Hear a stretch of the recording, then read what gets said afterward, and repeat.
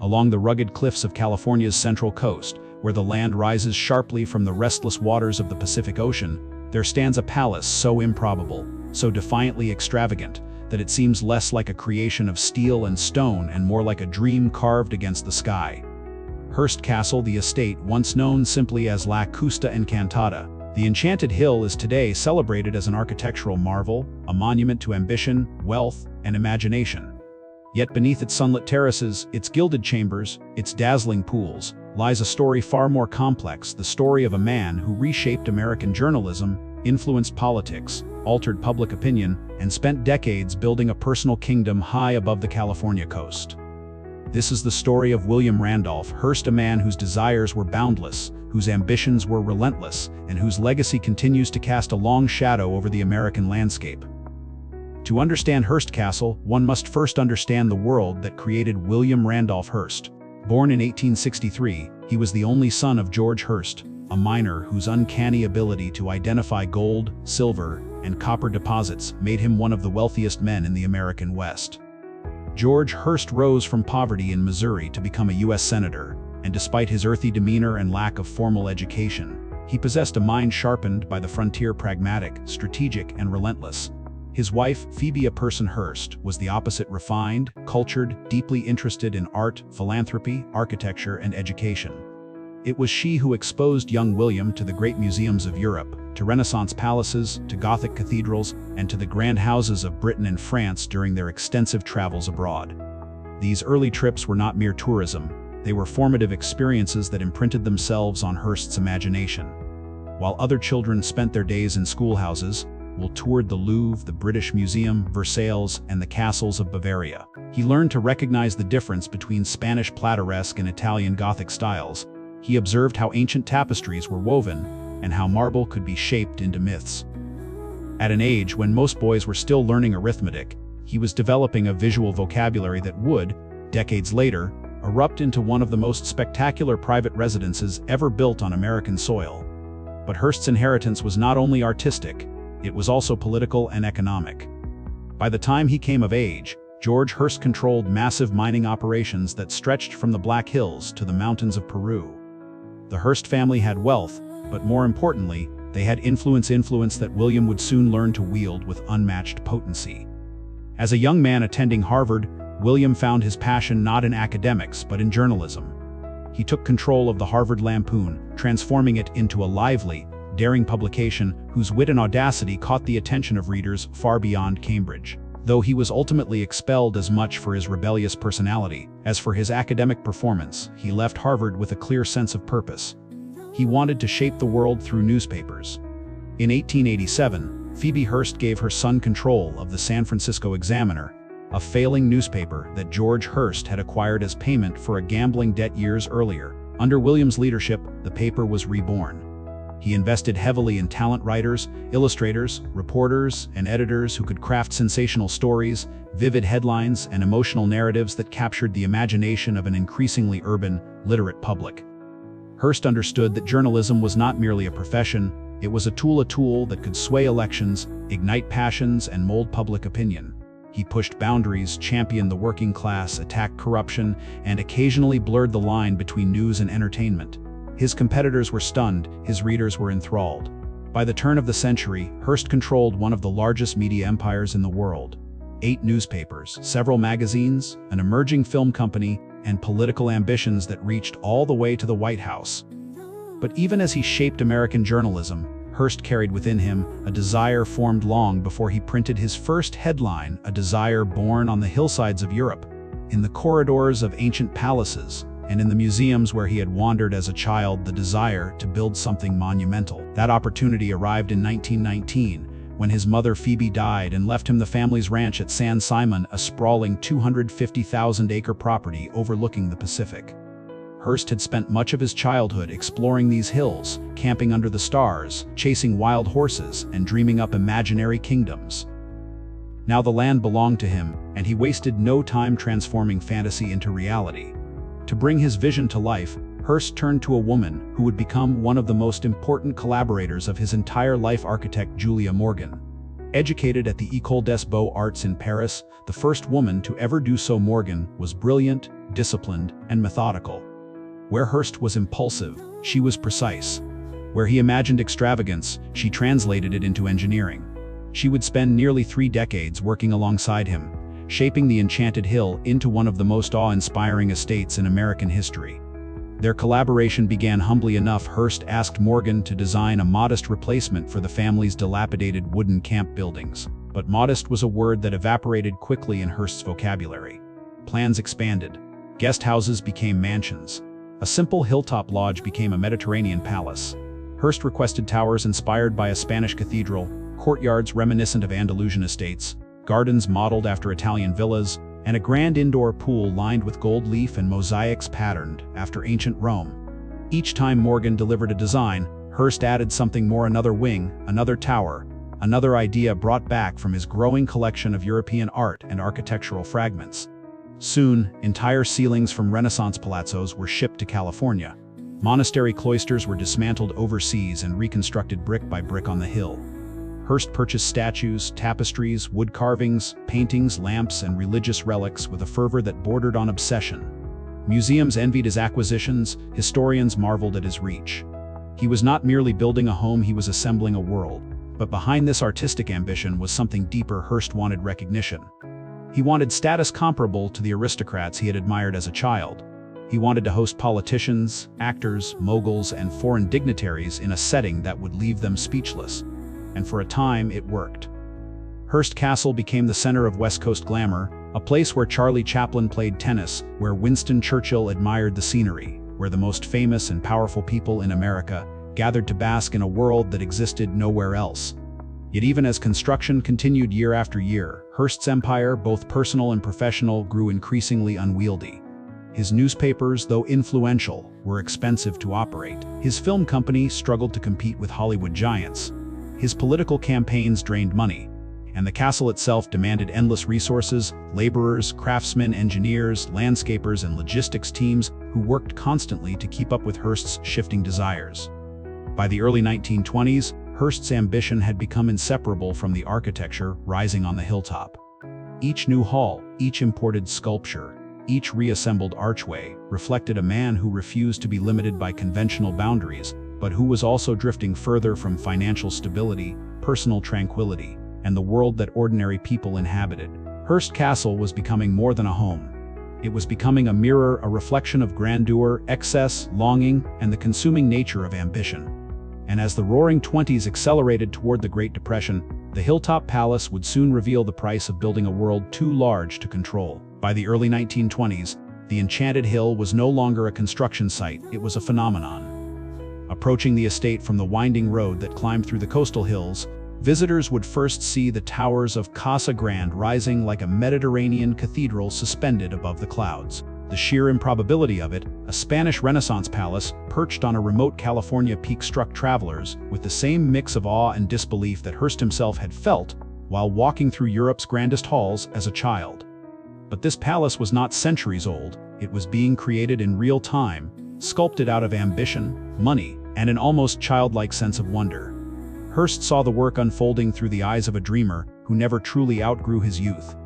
The man who had once sketched palaces in notebook margins now stood surrounded by artisans and engineers, orchestrating what seemed impossible.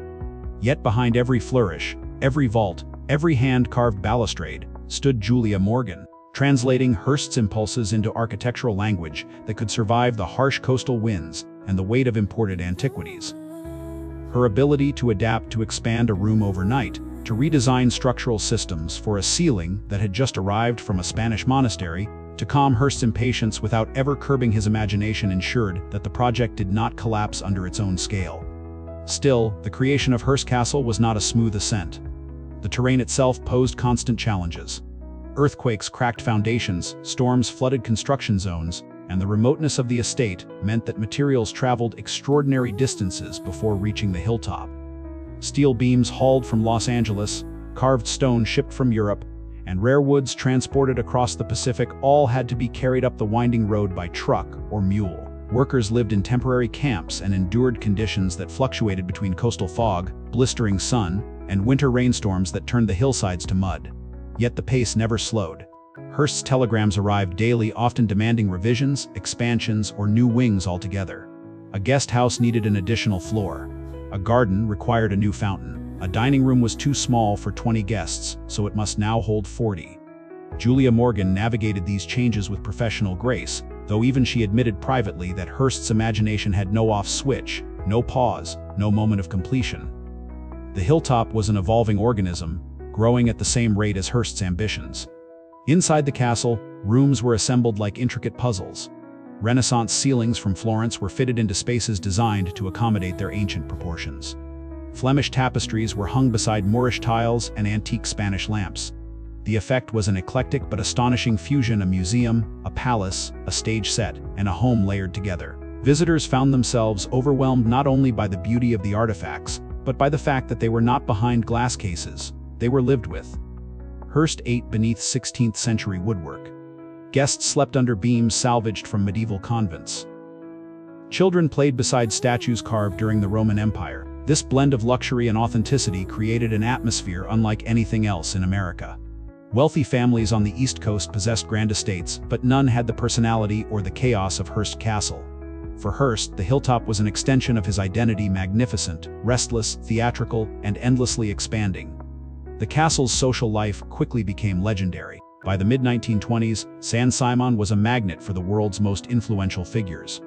Politicians, actors, writers, foreign dignitaries, newspaper editors, and industrial magnates all made the pilgrimage to the Enchanted Hill. They were greeted with lavish hospitality but also strict rules. Hearst, despite his extravagance, enforced a moral code. No alcohol was permitted during Prohibition. Ladies were expected to dress formally for dinner. Men were encouraged to attend screenings in the private theater, where Hearst often showcased films starring Marianne Davies, his companion, muse, and one of Hollywood's brightest comedic talents. Davies brought warmth to San Simon.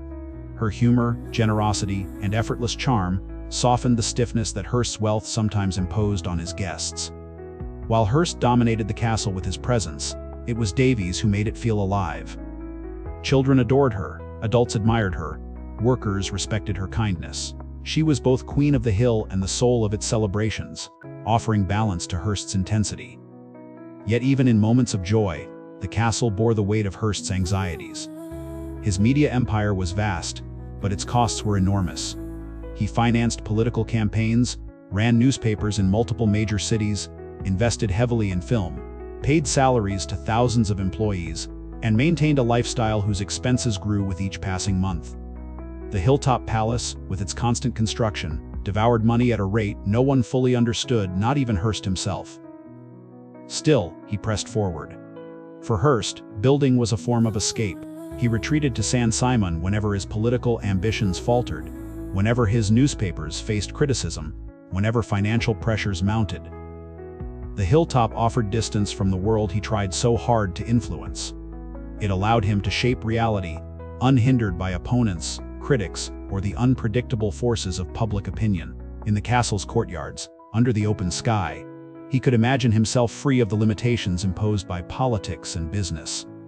But the world beyond the Enchanted Hill was changing. The American economy was booming, but it was also fragile. Consumer credit was rising, speculation was rampant, and industries were expanding faster than they could sustain. Hearst sensed the instability, but believed, as he always had, that his influence could withstand any storm. Few could have predicted how violently that storm would arrive. By the end of the decade, the same towers that had risen as symbols of ambition would soon become symbols of excess in an era of national despair.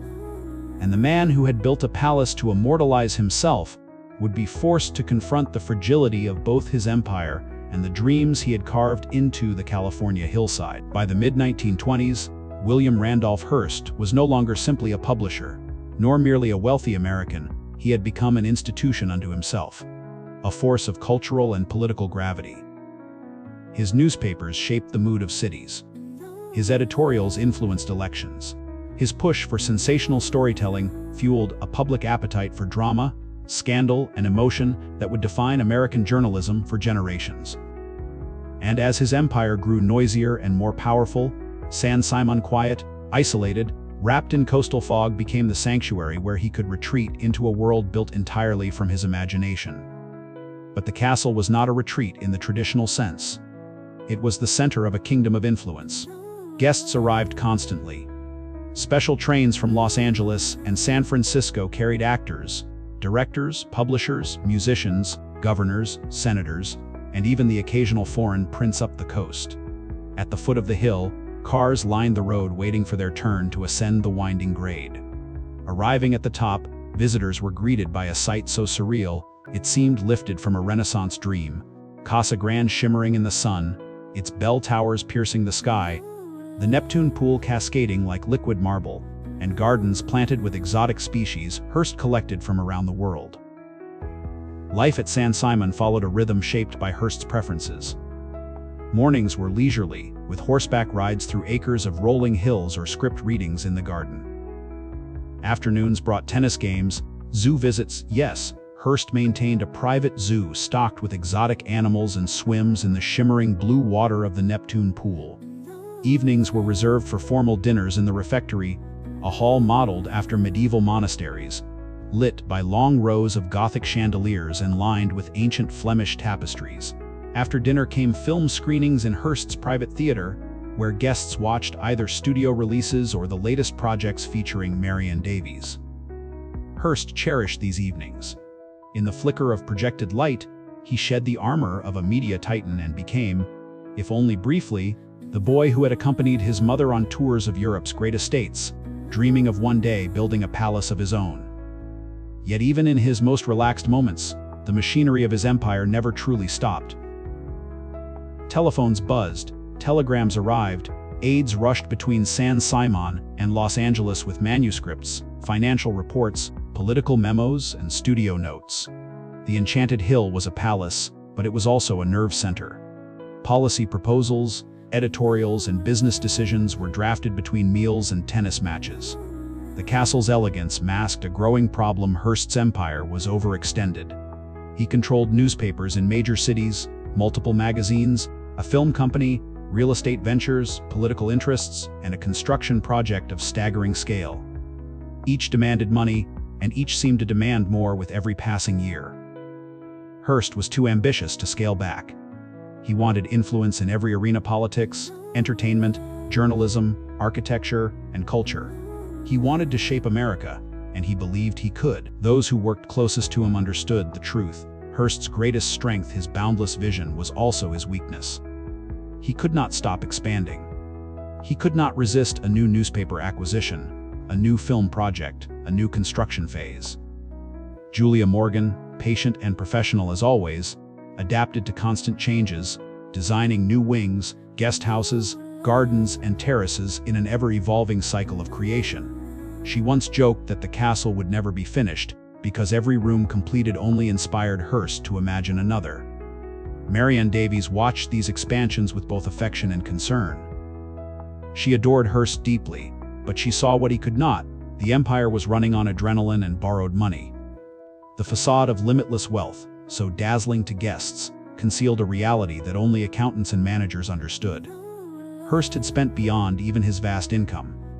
He financed his dreams with loans, leveraging assets across industries until the boundaries between his successes and liabilities blurred into a precarious web. Yet Hearst believed that greatness justified risk. To him, San Simon wasn't simply a home. It was an inheritance to the American people, a showcase of art, architecture, and nature that would outlive him. He spoke often of posterity. He believed that future generations would walk through his halls and understand the ambition of one man who wanted to create beauty on a scale rivaling Europe. But while Hearst dreamed of history, the present world was shifting beneath him. The 1920s roared with prosperity, but beneath the glitter lay imbalance. When the crash came in 1929, it tore through the American economy with seismic force. Fortunes evaporated overnight. Banks collapsed. Businesses halted. Unemployment soared. Hearst's empire, built on the assumption of endless expansion, felt the blow immediately. Newspapers saw their advertising revenue crater. Magazines lost subscribers. Film productions slowed. Real estate ventures stalled. And the Enchanted Hill, with its constant stream of materials, workers, and imported antiquities, became a financial burden Hearst could no longer ignore. Creditors demanded repayment. Banks threatened foreclosure. Hearst, the man who had once shaped the culture of an entire nation, suddenly found himself negotiating to keep his own home. It was Marion Davies who stepped forward in his darkest hour. Though often remembered for her film career or her relationship with Hearst, her most extraordinary act was financial. She sold her jewelry, sold properties, and liquidated assets from her own fortune to help Hearst repay debts and stabilize his failing empire. She did not waver, even when others abandoned him. She stayed on the hill as storms gathered, refusing to let the castle, his greatest dream, become his greatest loss. Thanks to her sacrifices and the tireless work of his staff, and with Julia Morgan continuing construction in reduced form, the estate survived the early years of the Great Depression. But Hearst himself was changed. The grand weekends grew smaller. Lavish parties disappeared. Visitors noticed the absence of imported treasures that had once arrived weekly. The castle remained magnificent, but a quiet melancholy settled over the hill. For the first time, Hearst was forced to confront the limits of ambition. Yet even humbled, he remained determined. He believed that San Simon still had a future, even if it would no longer reflect the boundless extravagance of the 1920s. The Palace of Dreams would endure, but it would endure differently. As the 1930s unfolded, the glamorous world that had once orbited William Randolph Hearst began to contract. The Great Depression had not merely disrupted his finances, it had reshaped the American landscape. Newspapers struggled to survive, advertisers vanished, and entire industries buckled under the weight of economic collapse. Hearst, whose vast empire relied on constant cash flow, suddenly found himself navigating a labyrinth of debts, negotiations, and humiliating concessions to creditors who had once courted his influence. The man who had once commanded congressmen, intimidated presidents, and shaped public opinion now faced the uneasy truth that even empires built from paper and ink could crumble. San Simon, the crown jewel of Hearst's ambitions, became a symbol of contradiction. Its towers still gleamed in the sunlight, its marble pools still reflected the sky with perfect clarity. Yet inside, the atmosphere had changed. Staff numbers fell. Deliveries slowed. The lavish parties of the 1920s had dwindled into modest gatherings, still elegant, still refined, but carried by a quieter energy, as though the walls themselves sensed the retreat of their creators' fortunes. Hearst walked the corridors with a deliberate calm, but his aides noticed the strain behind his eyes, the fatigue in his shoulders. Even in a palace of dreams, reality found a way inside. One of the most painful blows came from within Hearst's own professional circle. The trustees he had appointed to safeguard his assets, many of them longtime associates, were forced to step in when the financial situation deteriorated.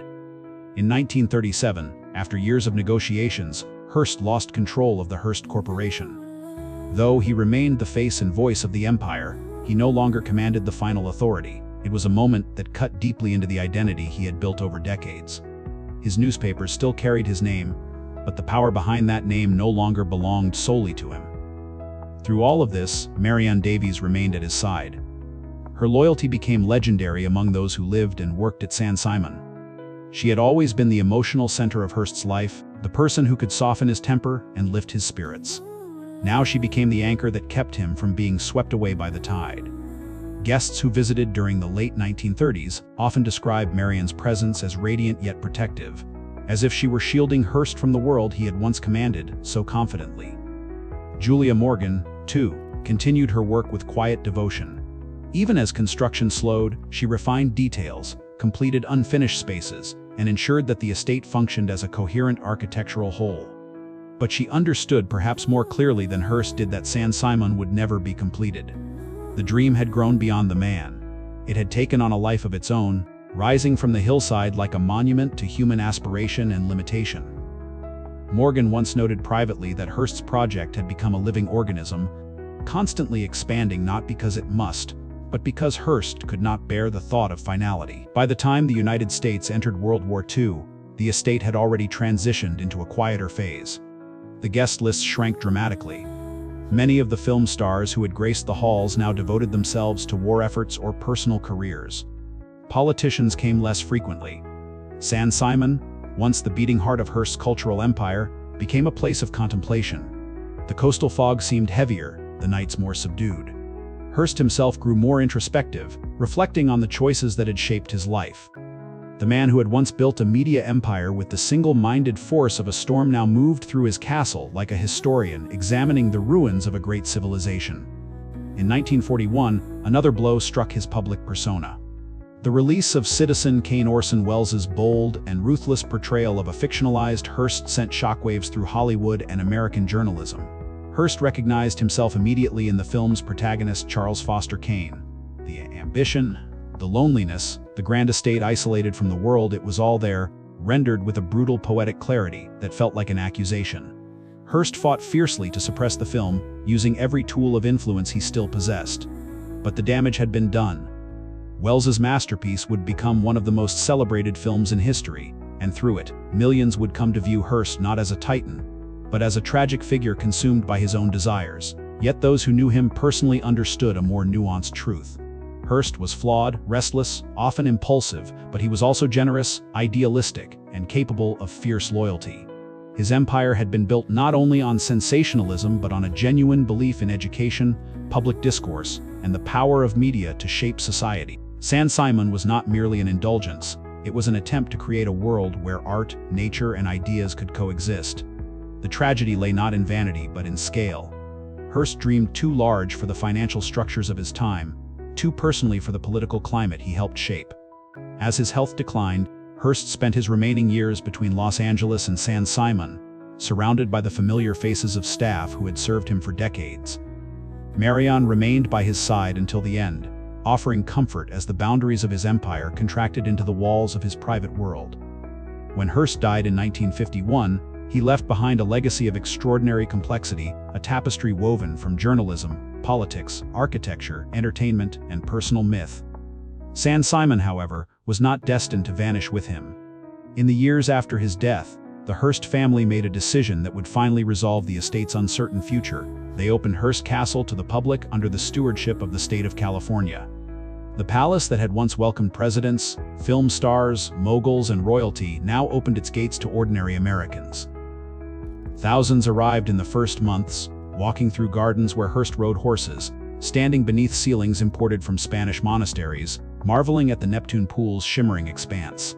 The estate became what Hearst had once envisioned in his most idealistic moments, a place where culture, history, and beauty could be shared widely. Yet the irony was unmistakable. Only in relinquishing private ownership did Hearst's greatest dream finally find stability. Even in its new life, Saint-Simon retained the aura of its creator. Visitors often reported feeling an uncanny presence in the empty halls, as though the spirit of ambition still lingered there. The castle was stunning, but beneath its grandeur lay an echo of fragility, a reminder that even the grandest human enterprises rise and fall on the tides of circumstance. And so Hearst's story occupies a unique place in American history. He was a builder of empires and a destroyer of his own fortune, a visionary and a cautionary tale, a patron of arts and a master of sensationalism. Hearst Castle stands today not merely as a monument to excess, but as a living reflection of the tensions that shaped the modern United States: the hunger for influence, the seduction of spectacle, and the eternal struggle between ambition and consequence. After Hearst's death in 1951, the vast estate at Saint-Simon entered a new phase of existence, one shaped not by the will of a single man, but by the collective efforts of historians, architects, preservationists, and the public.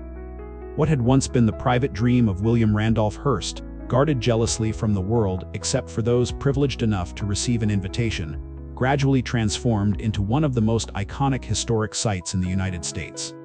The transition was not smooth, nor was it free from controversy, but it marked the beginning of the estate's transformation from the personal sanctuary of a titan into a cultural landmark that would redefine the meaning of American heritage. In 1958, a formal agreement was reached between the Hearst family and the state of California. Hearst Castle would be turned over to the state as a historic monument, while the surrounding lands would remain under family ownership. This division reflected a delicate balance: the need to preserve the architectural masterpiece while respecting the family's ongoing agricultural and business operations in the region. The castle itself, however, was something unique. It could not simply be treated as a traditional museum. It was a living environment, filled with furniture, tapestries, artifacts, and design elements that required constant care. The The sheer scale of the estate, multiple houses, sprawling gardens, pools, guest wings, theaters, and art galleries meant that preservation was not an occasional task, but a never-ending endeavor. When the first tours opened, visitors arrived in numbers that stunned even optimistic planners. They walked the same pathways Hearst had used as a young boy, discovering the magic of the California coast. They marveled at the Neptune pool, the gold mosaics of the Roman pool, the library filled with ancient manuscripts, the Gothic suite with its carved ceilings imported from a Spanish cathedral. More than any other American estate, Hearst Castle felt less like a home and more like an alternate reality, a collision of Mediterranean villa, European palace, and Hollywood set design. It was no wonder that travel writers in the 1960s described it as an American Versailles. But an estate of such scale does not survive on admiration alone.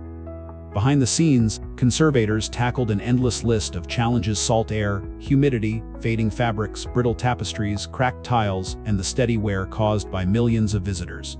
The pools required constant restoration, particularly the Neptune pool, whose marble tiles had to be replaced multiple times. The art collection, one of the largest ever assembled by a private American, needed specialized climate control, cataloging, and research. Every carved beam, every imported ceiling panel, every piece of antique Spanish ironwork required individualized attention. Julia Morgan's work, once underappreciated due to gender biases in architecture, finally began to receive the recognition it deserved. Scholars revisited her designs, marveling at the structural genius she employed to anchor Mediterranean architecture on a fault-prone California hillside. Her dedication, more than 2 decades of work, often 7 days a week, became a symbol of perseverance in the field of design. Architectural historians now describe Hearst Castle not only as Hearst's masterpiece, but as Morgan's crowning achievement. Her ability to merge old-world craftsmanship with modern engineering created a structure that appeared ancient yet functioned like a modern estate. After Hearst's death in 1951, the vast estate at San Simon entered a new phase of existence, one shaped not by the will of a single man, but by the collective efforts of historians, architects, preservationists, and the public.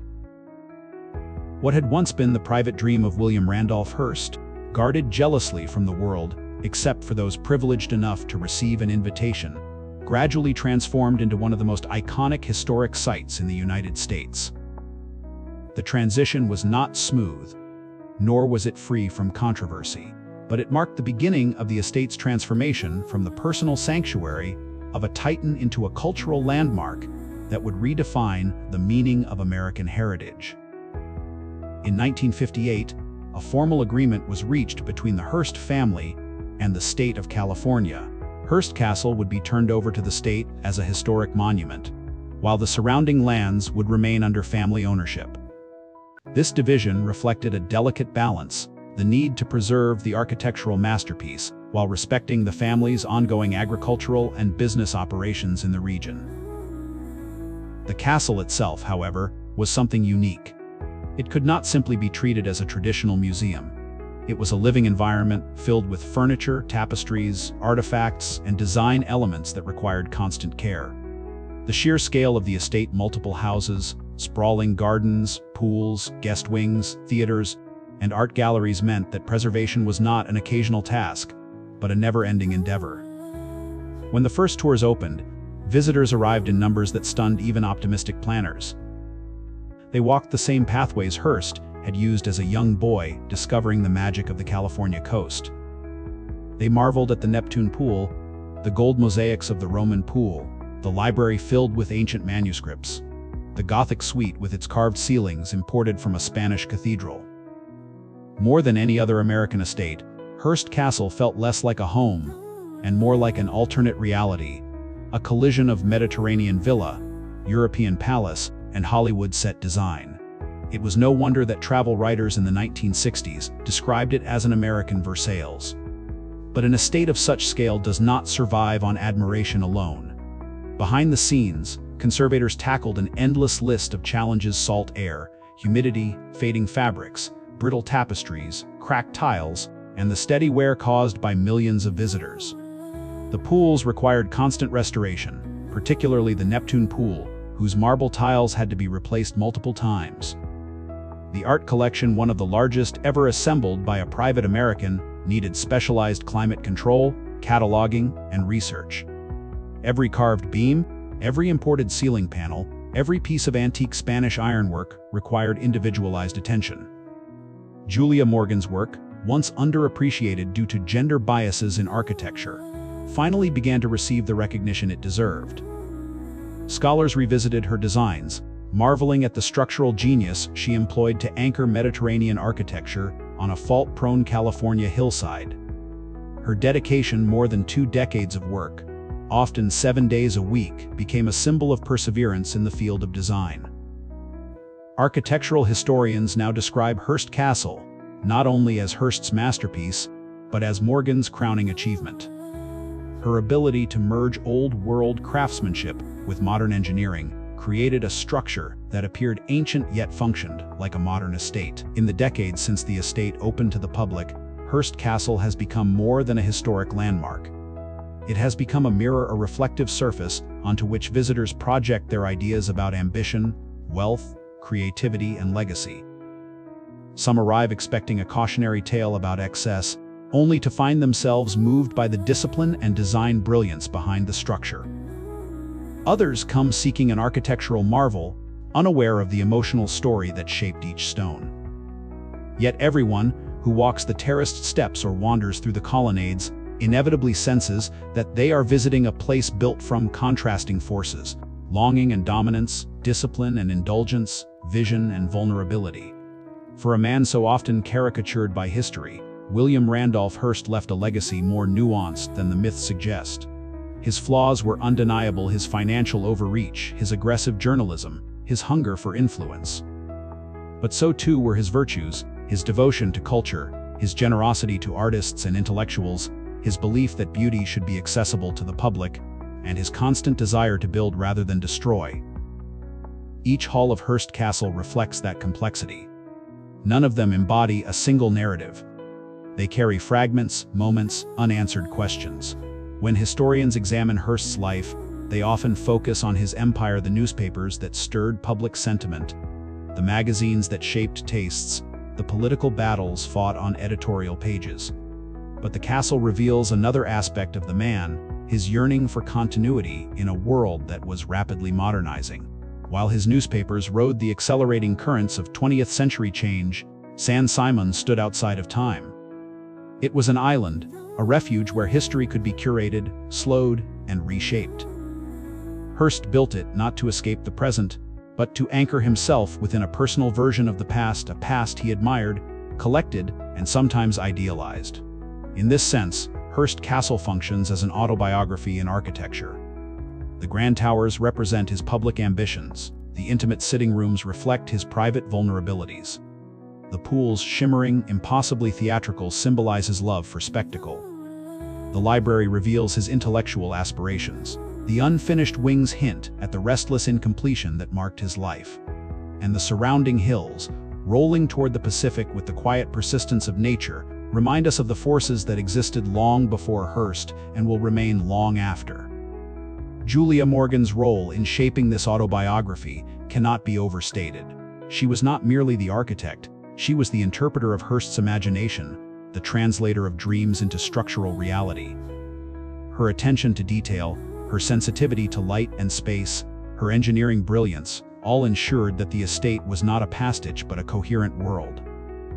In many ways, the castle stands as much as a monument to Morgan's artistry as to Hearst's ambition. Their partnership, one of America's great architectural collaborations, was rooted in mutual respect and a shared pursuit of excellence. And then there was Marion Davies, whose influence, though more informal, was no less profound. Her laughter softened the sharp edges of the Hilltop Palace. Her loyalty stabilized Hearst in his darkest years. Her sacrifices saved the estate at a moment when it could have vanished entirely. Walk through the gardens today, and it is easy to imagine her presence: light, warm, generous, drifting along the pathways like a lingering echo. As the 21st century unfolds, Hearst Castle continues to evolve. Preservation teams use advanced imaging and environmental monitoring to protect delicate fabrics and rare artworks. Conservationists study Morgan's original blueprints to restore aging structures with impeccable fidelity. Tour programs expand, teaching new generations about journalism's complicated past, about the changing nature of wealth in America, and about the powerful interplay between personal dreams and public memory. Meanwhile, the cultural myth of Hearst persists, a man who built a palace because he could, but preserved it because he believed in beauty. Yet the most striking aspect of Hearst Castle's modern legacy is how democratic it has become. The estate that once welcomed only the most elite now receives millions of visitors from around the world. Children wander through rooms once reserved for royalty. Travelers from distant countries walk terraces once trodden by Hollywood legends. In this new form, Hearst's greatest work fulfills a purpose he articulated many times in his later years: to bring art, culture, and natural beauty to the American public. For all its grandeur, the castle's emotional power lies in its contradictions. It is a triumph, but also a warning. It celebrates imagination, but exposes the fragility of human ambition. It reflects the dreams of a single life, yet belongs to the collective memory of a nation. It is beautiful, but uneasy. Harmonious, but haunted. Complete, yet forever unfinished. And perhaps that is why Hearst Castle endures not simply as a tourist attraction, but as a story. A story about what people build when they refuse to limit themselves. A story about the cost of greatness, and the even greater cost of wanting to be remembered. A story about a man who looked at a lonely stretch of coastline and imagined a kingdom, then spent decades trying to make it real. As evening settles over San Simon and the last visitors depart, the estate returns to its original quiet. The sun dips behind the Pacific, casting the hilltop in warm gold before surrendering to twilight. The towers glow for a moment, as if illuminated from within. The wind travels through the colonnades with the soft hum of a forgotten hymn, and somewhere in that vast stillness, the presence of William Randolph Hearst seems to linger not as a ghost, but as a question. What is the true measure of a life, the empire it builds, or the dream it leaves behind? Hearst Castle stands, silent yet eloquent, offering its answer in stone and shadow. It is not merely a monument to ambition, but a reminder that even the grandest visions are shaped by the hands of many, sustained by sacrifice, and ultimately carried forward by the people who choose to remember.